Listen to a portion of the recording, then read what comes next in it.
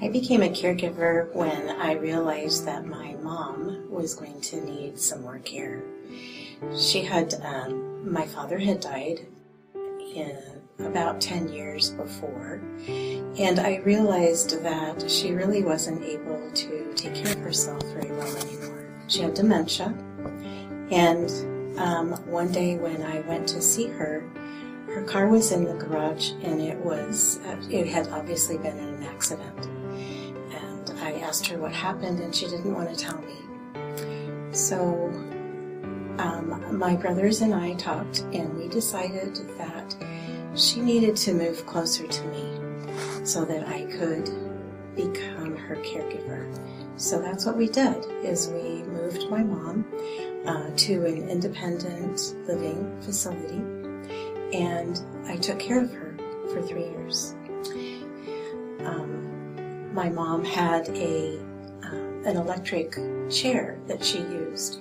So I would walk, and she would be in her chair alongside me. And there happened to be a little lake right beside the care center or the independent center where she lived. And so we would take walks down to the lake, and there were some ducks there.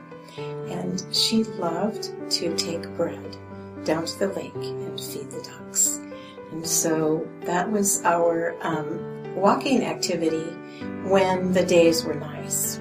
I saw my mom every day, sometimes more than once a day. And oftentimes she would be downstairs with a group of women, just kind of chatting, not about anything in particular. And sometimes when I would come, I would sit down with them and find out a lot of interesting things about my mom. One of the women would always say to me, "You come here every day. Why do you do that?" I said, "My mom needs some help."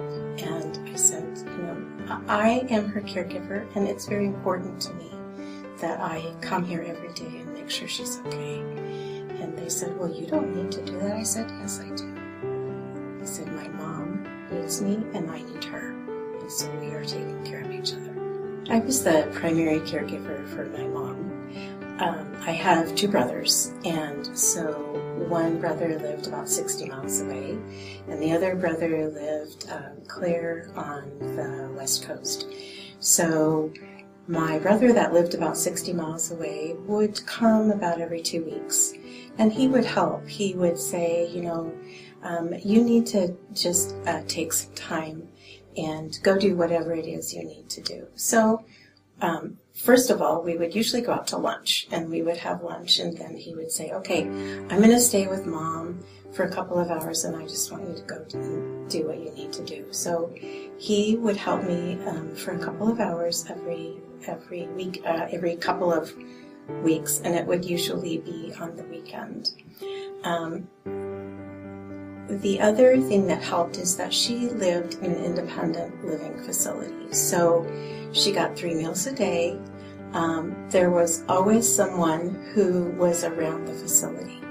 And so my mom, with her dementia, sometimes she didn't sleep very well.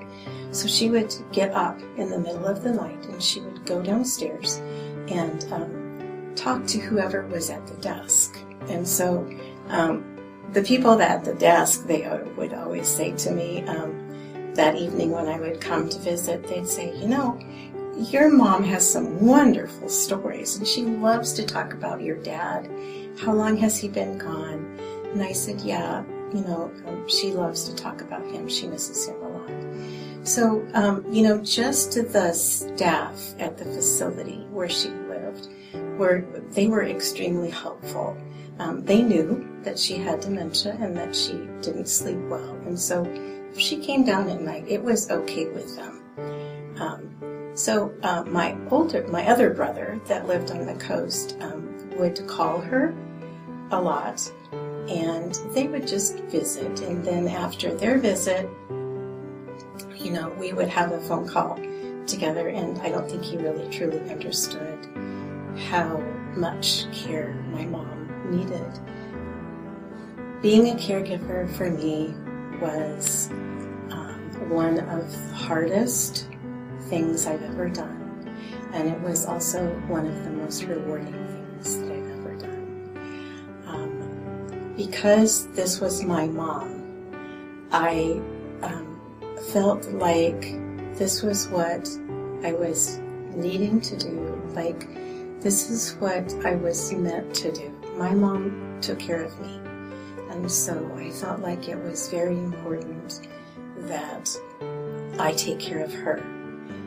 And I am very grateful that I had the opportunity to be her caregiver, because she and I spent some time together that we probably would not have had otherwise. So I feel very blessed that I was her caregiver. I also just need to say that being a caregiver is exhausting. And so I would go home at night and just say to my husband, you just need to listen to me. I think,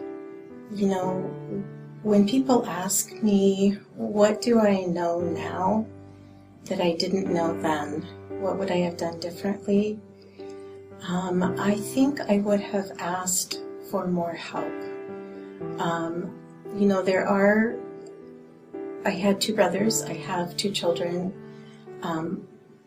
I think I should have just asked them to help more than I did. I think as the only daughter, I felt like it was really my responsibility to take care of my mom. But as I look back, I realized that they were there.